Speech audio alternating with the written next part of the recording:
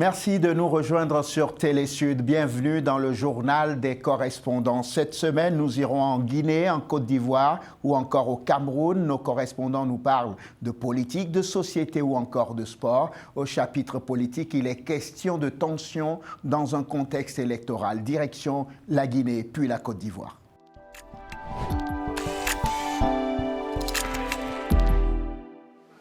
Ils ont bravé la pluie matinale qui s'est abattue sur Conakry pour venir s'acquitter de leurs devoirs civiques. Ces citoyens guinéens en file indienne ont dû s'impatienter pendant des heures sous l'eau et le soleil avant de mettre leur bulletin dans l'urne. Les changements à tous les niveaux, c'est ce que ces Guinéens attendent de leur prochain président. Changement dans la continuité ou dans l'alternance. Ça fait 62 ans, nous sommes dans la galère, dans la misère. Donc nous attendons à ce futur président-là qu'il jette les bases au moins d'une bonne démocratie et que l'économie guinéenne arrive à avoir un niveau qu'on peut espérer. Surtout, nous souhaitons avoir un président qui pourra faire l'affaire du peuple de Guinée. Nous attendons vraiment à ce que nous ayons un président surtout qui va créer beaucoup d'emplois à la jeunesse. À la mi-journée, la pluie s'invite de nouveau dans la danse, mais ce n'est pas cette averse qui va les démotiver. Le corps électoral guinéen est resté debout, mais l'inquiétude chez certains, c'est le fait de ne pas tenir compte de leur voix malgré ces conditions météorologiques difficiles du processus électoral. C'est pour dire que par les urnes, le peuple est prêt à s'affirmer, à donner sa voix au président qui sera élu et qui fera l'affaire des Guinéens. Même sous la pluie, s'il y a plus que la pluie, nous serons là. Vous voyez, nous sommes mouillés, nous sommes prêts. Pour d'autres, cette pluie symbolise la renaissance annonciatrice d'une ère nouvelle dans le pays. Oui, on a voté sur la pluie en espérant que nous allons gagner. On souhaite que notre nouveau président nous donne un nouveau changement. Qu'on ait du travail, parce qu'on est là depuis qu'on a fini d'étudier, ça fait au moins 10 ans, on est en chômage, on ne travaille pas. Le président sortant Alpha Condé, qui a modifié la Constitution pour se présenter à ce scrutin, malgré la grogne du FNDC, Front National pour la défense de la Constitution, fait face à 11 autres candidatures, dont celle de l'UFDG de son adversaire depuis 2010, Cellou Dalein Diallo. Le vote, à en croire les observateurs nationaux et internationaux, s'est déroulé dans le calme. La CENI dispose de 72 heures après la réception du dernier procès verbal pour annoncer les résultats. Un éventuel second tour est programmé le 24 novembre prochain.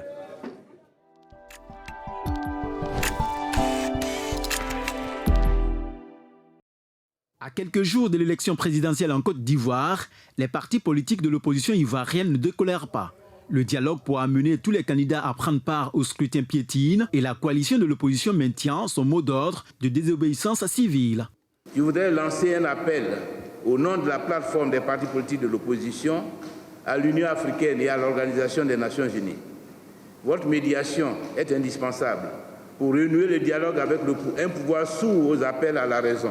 Je demande instamment au nom de tous les partis politiques membres de cette plateforme que l'Organisation des Nations Unies soit résolument aux côtés du peuple ivoirien afin d'arrêter au plus vite ce processus électoral mortifère, ce plan d'extermination d'Alassane Ouattara, afin d'instaurer le dialogue que nous réclamons pour mettre fin aux violences et aux morts. Face à cette atmosphère politique sombre et étendue, le gouvernement a convié les partis et groupements politiques ayant pris part au dialogue politique sur le processus électoral 2020 à une séance de travail en vue de trouver un consensus qui permettra à tous les candidats retenus de prendre part au scrutin présidentiel. Nous avons entendu des propos assez forts, des propos conciliateurs qui demandent que les parties prenantes de la Côte d'Ivoire se retrouvent autour de la table de discussion. Il y a eu des propositions qui ont été faites. Nous sommes à 10 jours, je crois, des élections. Dans le génie propre de la Côte d'Ivoire, des moyens seront trouvés pour que ces élections-là se passent dans la paix, dans la sérénité.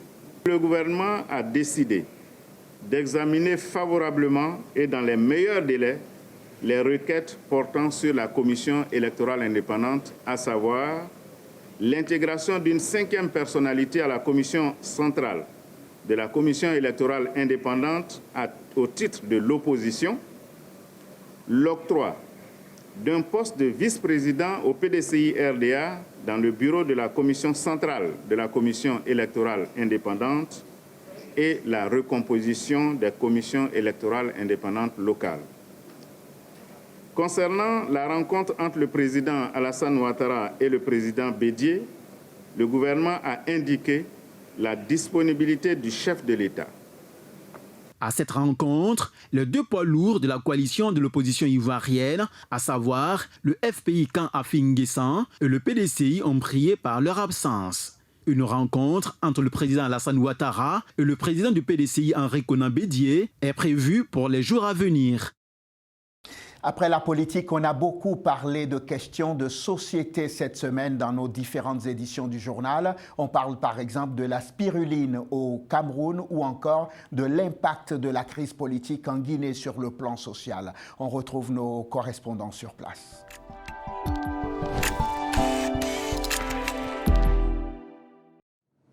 Le Cameroun a lancé ce mois d'octobre son système de collecte numérique des droits et taxes de douane sur les téléphones et les tablettes.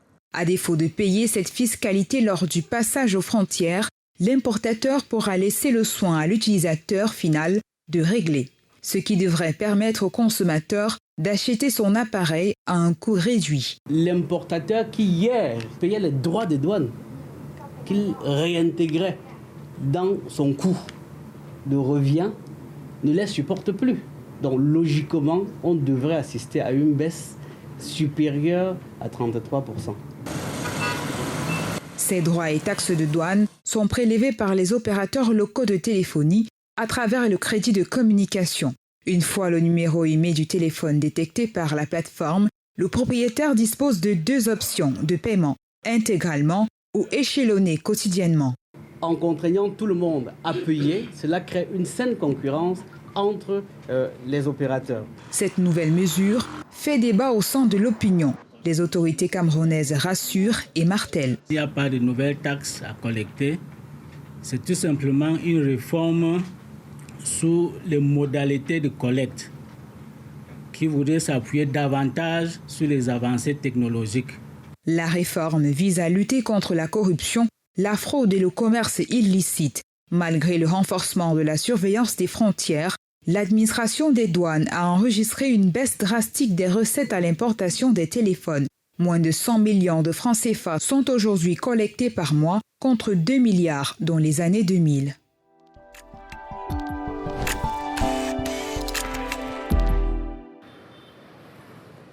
Conakry à l'allure d'une ville fantôme, défigurée par les séquelles des violences qui ont éclaté au lendemain de l'élection présidentielle du 10 octobre. Après la revendication de la victoire par l'opposant Cellou Dalein Diallo, certains quartiers de la capitale sont sous haute tension, ce qui ne fait pas les affaires des Guinéens. Cet homme travaille pour une agence de voyage. Son activité est à l'arrêt à cause de l'instabilité sociopolitique. Malheureusement, on n'a pas eu les clients parce que les gens n'arrivent pas à sortir de chez eux pour venir acheter le billet, même s'ils voulaient voyager, mais l'insécurité dans le pays, surtout dans la capitale ici, ça ne permet pas. Ils sont obligés de venir rester ici parce qu'ils ne peuvent pas rester à la maison. Sinon, c'est mieux que pour rester à la maison. Sinon, mais ils sont obligés pour venir rester ici. Kaloum, le centre administratif, ne connaît pas depuis peu son ambiance habituelle. L'administration publique fonctionne au ralenti et la circulation est paralysée. Avoir un taxi relève d'un casse-tête chinois. Je suis là en quête de taxi, mais je n'arrive pas à avoir un taxi, même les motos, parce que c'est là-bas que l'accessibilité est plus rapide par rapport aux autres. Mais même ça, pour en trouver, c'est le problème. C'est déplorable. Ça ne donne même pas envie d'y rester. Parce qu'avec la situation pareille, là, franchement, c'est nous, la jeunesse, qui endossons la responsabilité de plus. Et si ça continue comme ça, ça devient le pur. Et c'est ce que nous, on ne souhaite pas. Les activités économiques prennent également un sérieux coup. Boutiques et magasins sont fermés. Seuls quelques petits vendeurs et conducteurs de taxi-moto tentent de tirer profit de la morosité de la ville. Nous, depuis le jour de vote, en ville ici, ça ne va pas tellement. Il n'y a pas de mouvement, il n'y a pas accès de mouvement, il n'y a pas de circulation, les gens évitent pour venir. Mais aujourd'hui, depuis le matin, nous entrons de véhiculer ici, mais même 50 000, c'est impossible pour gagner. Moi, avant, je le vendais à 200 000, 500 000. Mais là, je ne gagne pas de clients. Il n'y a personne d'ici. Même 50 000, je ne gagne pas en l'air. C'est difficile. Dans l'attente des résultats provisoires du scrutin présidentiel, certains Guinéens craignent le pire. Les premiers résultats partiels annoncés par la Commission électorale nationale indépendante placent le président sortant, Alpha Condé, en tête.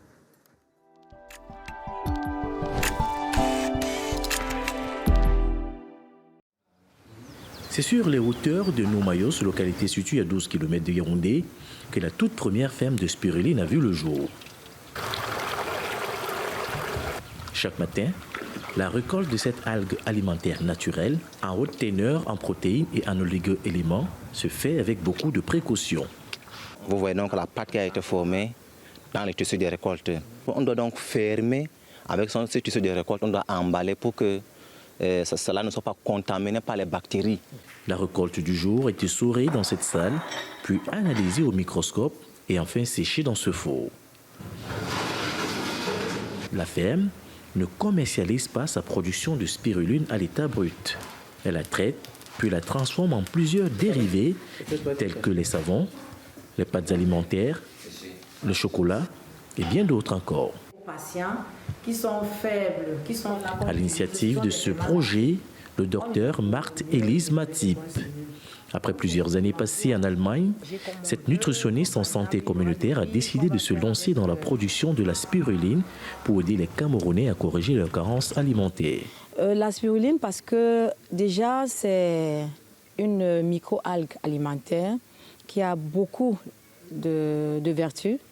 Elle est très riche en protéines et ce sont des protéines végétales qu'on pouvait proposer aux Camerounais pour corriger certaines de leurs carences.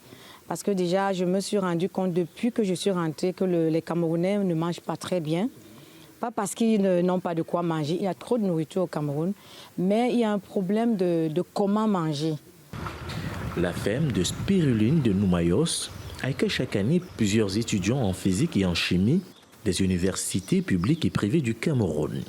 Des étudiants avec lesquels elle travaille à l'élaboration de protocoles de transformation de la spiruline en d'autres dérivés. D'autres stages étaient ici non seulement pour venir renforcer les travaux effectués au sein de la ferme de Noumayos et apporter aussi nos savoir-faire, appliquer les théories que nous avons faites à l'école en pratique. La spiruline de Noumayos est très prisée. Elle est censée, selon les spécialistes, traiter plusieurs maladies comme le diabète, l'hypertension, l'arthrose et bien d'autres encore. Fort du succès de cette algue bleu verdâtre, le docteur Marthe-Élise Matip veut ouvrir un centre de santé où les traitements se feront à base de la spiruline. Avec ses 4 bassins de production de 400 mètres carrés dont la construction a été rendue possible grâce à des partenaires français, la ferme de Noumayos a du mal à répondre à la demande de plus en plus importante au Cameroun et à l'étranger. Ce journal des correspondants se poursuit avec la séquence sport sur le continent, direction le Cameroun ou encore le Tchad. On parle d'athlétisme et de jeunes talents à découvrir sur le continent dans le football.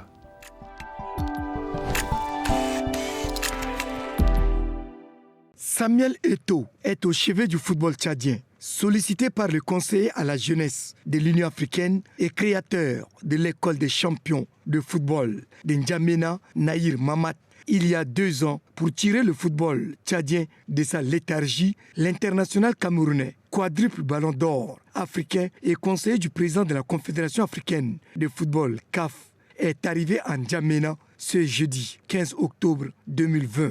L'ex-attaquant de Football Club Barcelone est accueilli par son hôte en présence du ministre de la Jeunesse et des Sports, Routouang Mohamed Ndonga Christian, et son collègue de la femme et de la petite enfance, Amina Priscille Longo. Je suis arrivé à N'Djamena Je pense que c'est la première fois de plusieurs et je serai toujours ravi de revenir travailler parce que c'est plus efficace de travailler comme ça. Et pour que notre football ici au Tchad soit au niveau du talent qu'a eu Ndiaffé Tendoram. Je profite pour dire grand merci aux organisateurs et à tous ceux qui ont parcouru le Tchad pendant 1 mois et demi pour dénicher ces talents. Il représente valablement le Tchad. Pour l'initiateur de l'école des champions de football de N'Djamena, l'arrivée de Samuel Eto'o-Fils va certainement contribuer à l'amélioration du football tchadien. À l'issue de cette finale, 15 enfants vont être envoyés à Douala.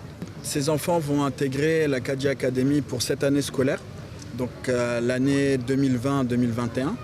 Et à l'issue de 2 ans de bourse, une évaluation sera faite et ils vont intégrer automatiquement nos équipes de U15, de U17 nationales. Et ainsi constituer cette pépinière qu'on a tant rêvé pour peut-être intégrer les SAO et pouvoir en tout cas aider notre équipe nationale. Samuel Eto'o-Fils, qui se rappelle des grands noms du football tchadien, a exprimé son amertume de voir ce pays frère qui partage les mêmes cultures avec le Cameroun sombrer à cause du manque de volonté de ses dirigeants qui ne parviennent pas à organiser des compétitions nationales dignes de ce nom qui permettraient à ces jeunes d'exprimer leur talent et de se faire découvrir.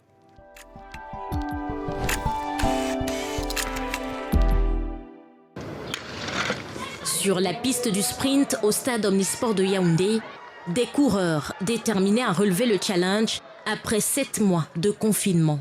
Une dizaine d'athlètes africains en provenance de la République centrafricaine, du Congo, du Tchad, du Nigeria, du Bénin et de Djibouti ont jaugé leur performance aux côtés des champions en titre du Cameroun au Continental Tour. La béninoise Noélie Yarigo a juste confirmé son titre de médaillée au dernier championnat de France de 800 mètres, bien qu'étant en vacances, de même que la sprinteuse congolaise Ngoye Akambi et le Djiboutien Maji Diama. Notre entraînement a été vraiment perturbé à cause de la Covid-19, mais moi je me suis adaptée en fait aux conditions. Maintenant là, je ne suis pas encore en forme. J'ai fait l'essentiel, mais je ne suis pas encore en forme. Désolé, mais je n'ai pas fait l'entraînement, il y a des coronavirus, mais j'ai fait une seule mois. Des épreuves aussi rudes pour les sportifs camerounais. L'un des meilleurs sprinteurs au Cameroun a enregistré 2 défaites après un déboîtement au genou. Les aléas du retour à la compétition après une période d'hibernation, c'est-à-dire on est exposé aux blessures aussi. Donc, malheureusement, c'est arrivé sur notre meilleur athlète. Mais ça nous a également, la compétition nous a permis de voir encore la montée en force de nos jeunes, à l'instar de Gangele. Par ailleurs, au Continental Tour, le Cameroun rafle le plus grand nombre de médailles avec 2 médailles en or, suivies du Congo et du Nigeria. Les sportifs sont optimistes à l'approche des Jeux africains d'athlétisme. J'ai déjà mes minima B et j'attends les résultats de ma prestation de tout à l'heure. Et je crois qu'on ira à Tokyo. On a encore le temps pour la préparation pour cette grande compétition. Mais celle qui est en vue, c'est les championnats d'Afrique de l'année prochaine auxquels on va mieux travailler pour préparer les minima.